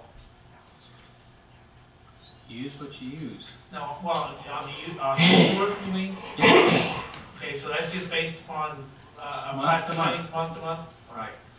When we developed the rate, way back when, 28 years ago, we could have had a higher fee and then opted out of charging people for non-winter months. For the gardens and grasses, we wouldn't charge them for that. Instead, what we did was say, if you are going to be a very big consumer of water for gardening and that sort of thing, you can opt to have a second water meter just for irrigation, and we'll bill off of that. Okay. And that seems fair at the time and has worked out. And because the incremental charge per 100 gallon of water, as far as the sewer charge, is so small, Okay. it really, I defy anybody to really pick it out from month to month, the difference, unless you're a big business, like Chan's, like the supermarkets, MFA, then it really doesn't amount to much of a fluctuation. I'm assuming we don't have everybody that has separate meters for irrigation. I think we have two. Two? Okay. Just doesn't, that's how little difference it makes, and Okay. and those were people with basically a whole separate lot that they devoted to their gardening. Again, the operating expenses based on 9 months of actuals. In the case of special or capital items, one-time items that are not predictable otherwise, there's we're not going to get the slip lighting in before the end of the year, so I've basically shunted that money around to add to what we would have otherwise put in for next year's budget, and just use the aggregate amount. And it looks like we ought to be able to get at least 90, and maybe we'll be able to do more. I don't want to use it all on slip lining. We still may get some unexpected repairs on pivots and pumps and stuff like that, but we should do okay. There's 10,000 available, and I think that's much more than sufficient for the engineering on the MPDES permit. And the plant replacement reserve, which includes pumps and motors, there's an additional 40 just for that. And by the agreement we had with DNR and the federal government back in 1985, we're required to basically have a sinking fund, and we have to add $11,802 every year plus interest. Now the interest isn't diddly squat right now, but that has to be added to the account, and then you subtract whatever you have in the way of real repairs or replacement. Over the years, it's been up to a couple $100,000 at one time, and then we did a lot of pivot replacement work and a couple of major pumps. And at the moment, it's at 28,879, and it should be at 40,481 next year. And that, coupled with what the ending balance is for unencumbered right now, will leave a balance of 91,978. Best guess. I'll do another iteration next month and pass them out, and I will get another iteration before I lock down the budget. Electric is a little bit more pie guessing by golly, because depending on the weather, you can have a fluctuation of $40,000 in revenue from one month to the next month compared to what you would have historically expected. So getting close is about the best you can do. If you have a more geographic diverse area and a lot of experience, you can get closer like Ameren does, but even Ameren has the same sort of concerns. Despite the fact that we had a dry summer and hot summer, we actually had a warm winter last year. So the last year's revenues have not been as great as they might have been. And for some reason, the pumps are more efficient getting water out of the ground, so the water department has not had to pay quite as much for power from the electric department to operate the wells, which is the electric sales city line item. The miscellaneous income includes some sale of scrap and miscellaneous stuff. Also includes the police with charter that brings in about $3,000 every year. Does the electric sales city, does that include streetlights and stuff like that? No. Okay. We don't directly charge the general fund.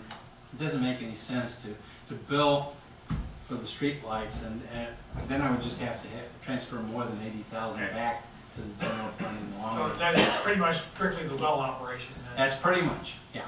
We don't charge individual buildings. They really don't approach what we're doing with the well consumption, and I don't think the street lights throughout the year do come quite to that magnitude either. You can do the comparisons for operations between budget and regular. We didn't sell as much, but therefore we didn't have to pay as much, and Prairie State came online a little bit later, so we haven't been making debt service payments on that. So we're $200-some-thousand less at the moment for expenditures for wholesale power than we would have otherwise paid according to the budget. That will bump up now that both units of Prairie State are operating. But still we're making money on it, so I'm not terribly worried about it. items to be identified special includes the transfer to the general fund, which is pays for our administrative overhead, part of my salary and time, several other services that are provided to the utilities by the general fund, and to keep us off. As I mentioned earlier, I'd like to sometime during next year get an architect or engineer to sit down and prepare a biddable set of plans and specs for some of the repairs at City Hall, but the actual repairs would be deferred until fiscal year 14-15. The debt service, principal and interest on the substation, those are set by our lease purchase agreement. And that leaves a depreciation reserve, which is rising right now and will continue to rise for several years until we have to go out and replace one of the bucket trucks, and then you'll whip out close to 200,000 real fast. The rest of that operating reserve is, depreciation reserve is sort of like what happens if we get a Monroe City incident and hurricane runs through downtown. And then you go through a lot of money real fast. The way I arrive at that number is I take this year's and I add what the auditor showed as depreciation for the last year, and I get the new number. And then if I have to replace some big part of equipment that was on the depreciation schedule, I will subtract that amount. And even with all that, we should still have $408,000 unencumbered money, and with the reserve, we should end up the year with $1,154,427. Best guess. And lastly, sanitation, same format. We're actually running a little bit ahead on charges just because there's a fixed charge and we know approximately how many customers at any one time. We added a few more customers in the last couple of years since I put together the original estimate. We've actually built more houses, and therefore we've added, I think it's per new household, it's like, I think $170 some. I had only been planning on adding 10, instead we add 20. It helps. Tipping fees, as Phil has noted, we're up a little so far on the amount of trash volume we have been collecting, so tipping fees have been up a little bit more than otherwise would have been expected, but not unseemly amount. Is that because Columbia raised their tipping rates, or? They changed a year and a half ago or so. Okay. It hasn't changed recently. Okay. And under special items, there is no special item right now except for the closure reserve, which is required by the DNR. Says for us, cross our hearts and hope to die that we have the money if something starts leaking from the old landfills in a 30-year time period, of which we're about 10 years into. And that should be dropping, except they changed the formula on me a little, and I wasn't going to argue with the guy because it really doesn't make a whole lot of difference. It'll drop again next year to probably 100,000 or so. It's not going to change a whole lot, though. It's not going to change a lot. I'll get the number after I do the calculations and ask the mayor to sign the letter to DNR. We should be ending the year with about 189, almost 190,000, and the reason we're building up money beyond the required post-closure reserve is that 2 more years and we'll need to buy another truck, the 16, 17. The truck is holding up a little bit better than I thought, but you can't. Again, that's a piece of equipment that goes through a lot of rough use. and you can't program it to be a sensible piece of equipment for a very, very long time. And you keep a backup truck for emergencies and double routes, but you still have to have a constant rotation. Sometimes backup truck is more problem. Yeah. What can I say? Anyway, take a look at those, and if you have specific questions, I have estimates by line item to back up what I've come up with the totals for each of these activities if somebody really wants to get down into the nitty gritty, but they're going to change after each month's operating statement. But I can show you the detail and what goes into that if you have questions. All right, so next we have an ordinance. I assume that will be up at our regular meeting. ADA grievance? No, the ordinance in the packet. Well, there's that too, but let me talk about, you know, Go ahead. follow the agenda. Okay. Mine at least says ADA grievance. Yes. Yep. Our friends with the Alliance or Coalition. First, they had objections to the corner work that Phil did at the southwest corner of the park. There was a lip on the asphalt. The grade over the storm sewer inlet was a hazard to people with canes and that sort of thing. It was a work in progress. We weren't complete on it yet, and we were able to complete it. And I sent a notice to that effect, and they said we have this concern about what I thought was the same ramp and entrance to the park. And after talking past one another, which is primarily my fault, it turned out they were talking about the one in the middle of the block on the south side across from Dr. Lawson's office. I swear. In the alley? No, It goes across, it's across from the alley. Okay. yeah, right in the square. Into the square. Square side. Right there between We the bushes. did some improvements there, I thought, because it was bad, it was crumbling anyway and dangerous. We went ahead and ramped it. There wasn't a ramp there, it was a. No, it was just a curve. And we put one of the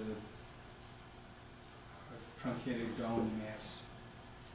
And the reason we did that was to make it more easily accessible during Anchor Festival and the barbecue. If somebody with a wheelchair wanted to get to the concessionaires, all the Cupid doll booths and stuff like that tend to be located down there.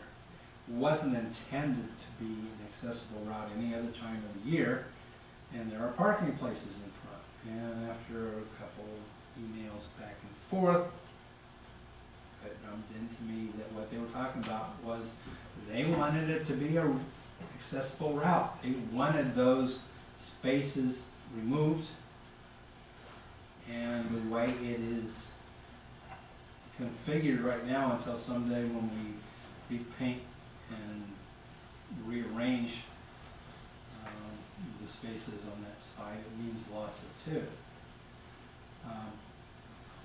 I had written an email to them saying I wasn't sure what that accomplished because it was a route during Anchor Festival and the barbecue because we didn't have any parking there. The street was closed, people could get onto it. But when the street isn't closed, unless you build a crosswalk across to the doctor's office, It goes no place. it goes no place. I have not heard back from them. Okay. I am bound by the technicalities of the law. I'm not going to fight it. We're going to paint yellow on the curb and remove those two parking places. Now, surprisingly, they haven't gotten to the ramp that's been in existence a lot longer over From Kincaid's. No, well, there isn't one a ramp on Kincaid's. That's right. There is one from Wait a second. Talking about the church. Right. Right there at the church? No, there is one there. That's the corner one. The corner one's there, and it's Red block compliant. one. As far as I know, it's compliant. In front of the church isn't compliant. That's where I'm talking about. I don't know how we go about that without major engineering. You got steps there. There are probably ways to do it, but they haven't seemed to be the priority if we can be repairing long stretches of sidewalk and stuff like that. No, there is a ramp right across the street here, Right. Yes. in the middle of the block, and they haven't brought that one up yet, so I'm not gonna do anything about it. When they watch our meeting, they're going to. They might well do that, I mean, I've got a question. and they're complaining that we've done overlays that have had the improvements to sidewalk and, you know, for a long time, I thought unless you were doing reconstruction, you didn't have to worry about it. Now that they're down to following, and MoDOT lost a lawsuit, so MoDOT's agreeing that if you do an overlay with an inch and a half, you gotta do the sidewalk work, at least at the intersections, to make it accessible. And we've been trying to keep up with that ever since, Okay. and Good job. retrofit some. I just want you to know, if it seems odd, That we lose I'm some trying more- to comply with the rules. Well, yeah, and statutorily, I mean, it's required that we do it that way. All right. John? So largely, there's no maximum amount of destruction of spaces that can happen in the downtown area. There's no, I suppose my option would be to go back and put it as a step-up curve and not have it as a route at all. That doesn't seem to be worthwhile. Well, because it defeats your anchor fest reason. Yeah, Yeah. it's, and I don't know of any way to have a modular ramp. Not even the Yeah. one you have, it just wouldn't fit. Right. So, most of the time, those are not used a great deal. And just kind of for the record, I have a portable ramp in my office, if anybody wants to check it out and use it. Now, beyond that, I'm not proposing to make either space a dedicated handicap space. well, It'll have to be, you have to keep this clear, open area, a clear, open corridor at the base of the ramp, so Which goes nowhere. which could. Yeah, the utility of the actual space. Now, on our longer term work list, which I had hoped we would get to until we started having more sick people and turnover and stuff like that, is to put sidewalk along first the east side of the square and then later the south side of the square. That will line up with the compliant corner we have on both ends of the south side.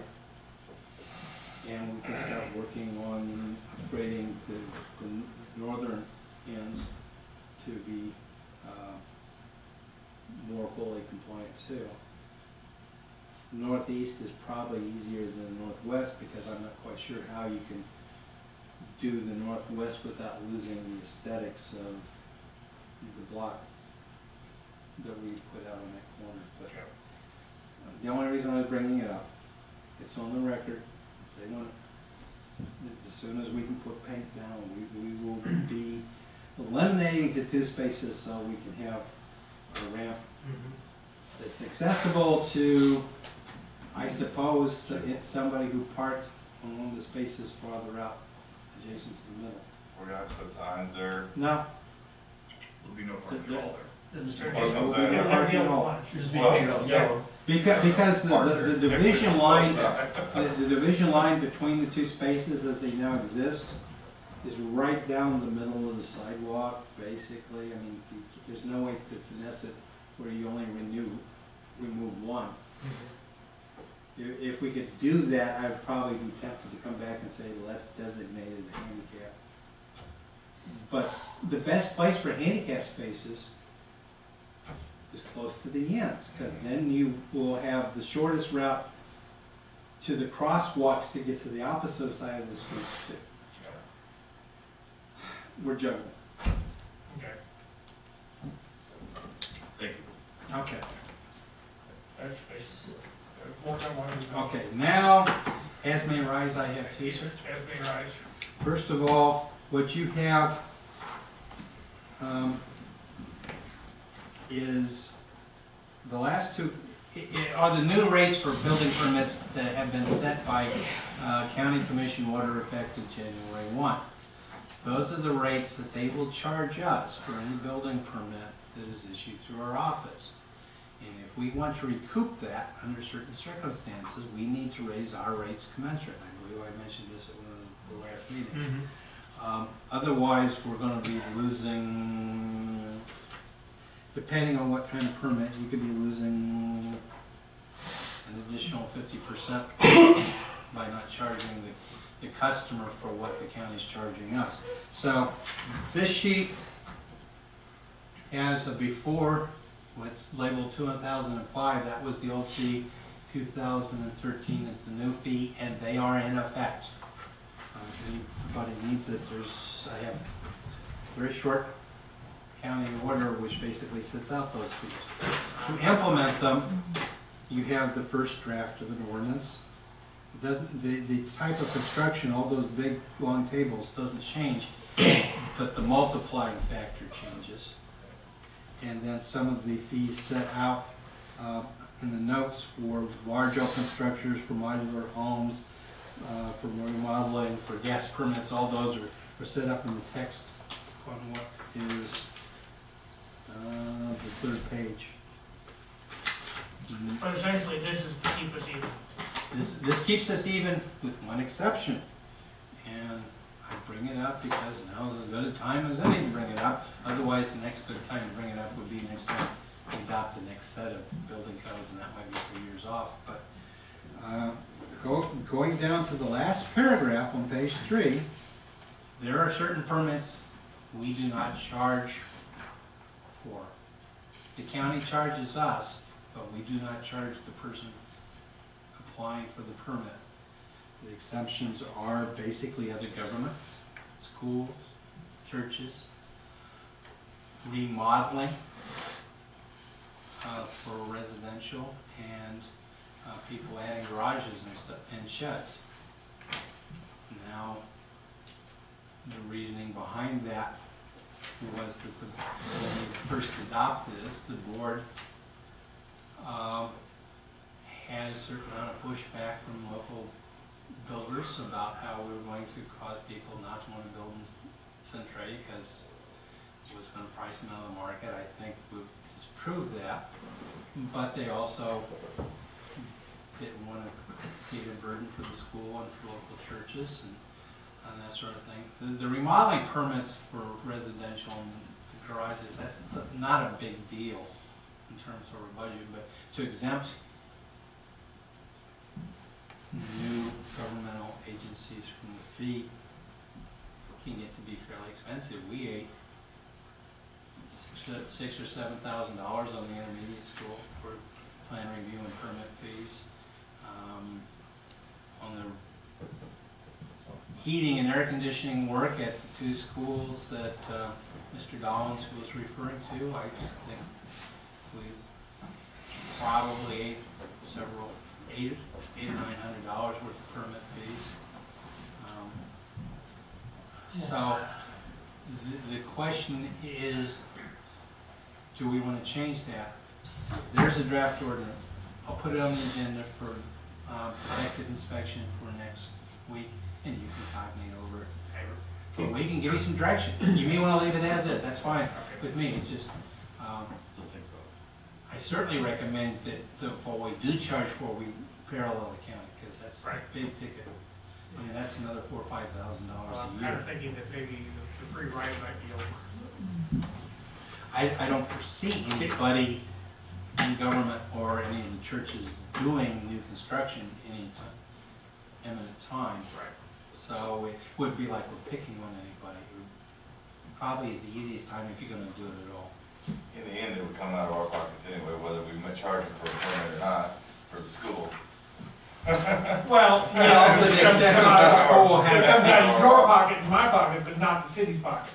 Well, that's city is our pocket. And as far as tax purposes go. I will matter tell whether you that when the Church is school or going a on. church or any big business does any substantial work, I will get phone calls, which I generally have to refer to the county, asking what the permit fees are gonna be, because they put it in their bid, construction bids.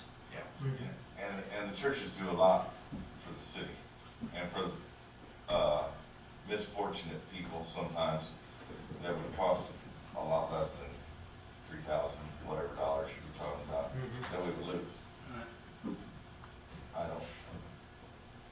I'm not making a recommendation, I'm just making a suggestion that you look at it and tell me which way you wanna go. Okay. Also, pardon me, when does that come up? When are you suggesting the recommendation? Next committee meeting, next Tuesday, you tell me what you wanna include. Things that I likely won't be here. Yeah. Could I get my 2 cents in? Sure. Mr. Bob, Mr. Borman. Yes, you may get your 2 cents. I don't think that it's the city's place in these instances to absorb those costs. And I don't think that there is anything wrong with passing along those expenses that we're gonna incur anyway to the entities that are generating those expenses. I think that they can be as easily budgeted in on the people generating those expenses as it is for us to do. I'm not sure the city is in the best position to generate new revenues as some of the other entities we're talking about. I would generally tend to agree with that. I understand what Derek was saying. I understand as well. I don't disagree necessarily.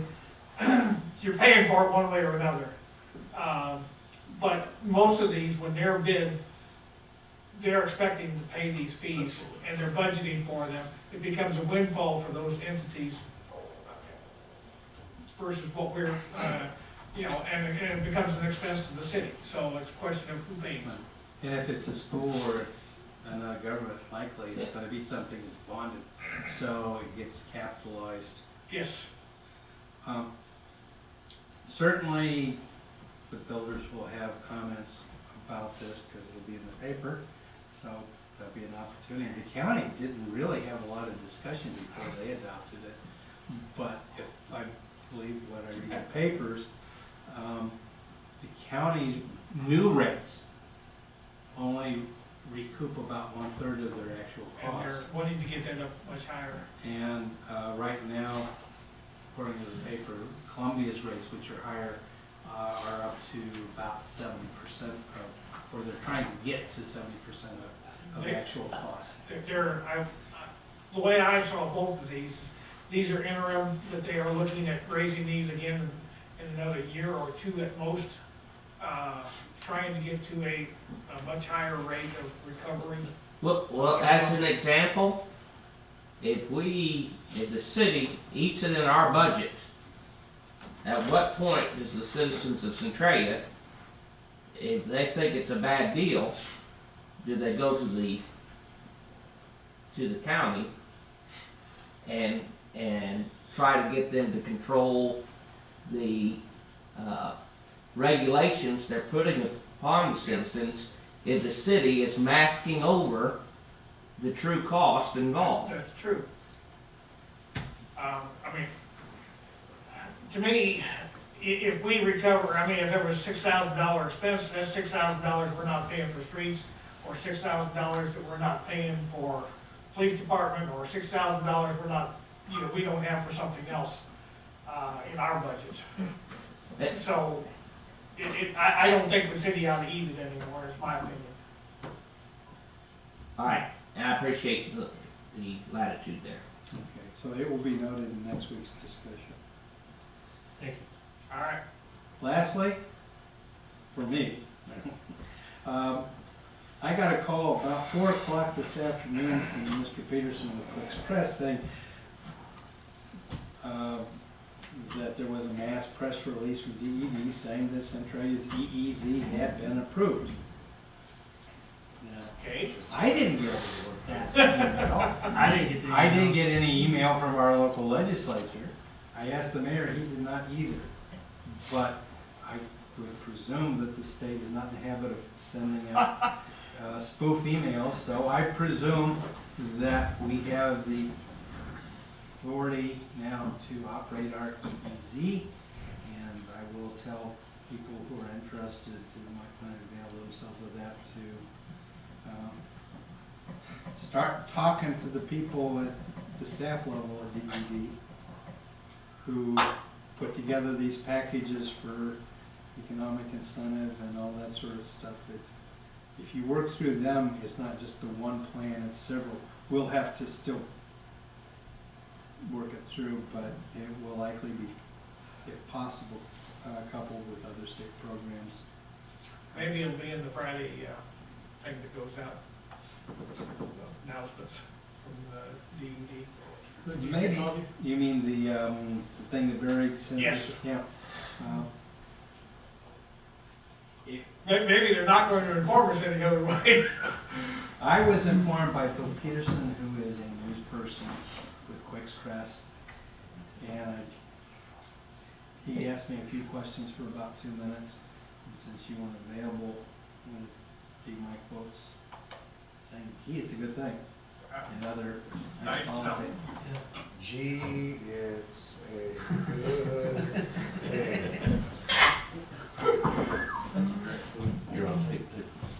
All right. Is there any other, from Did I anybody step on else, your any foot other today? else may arise?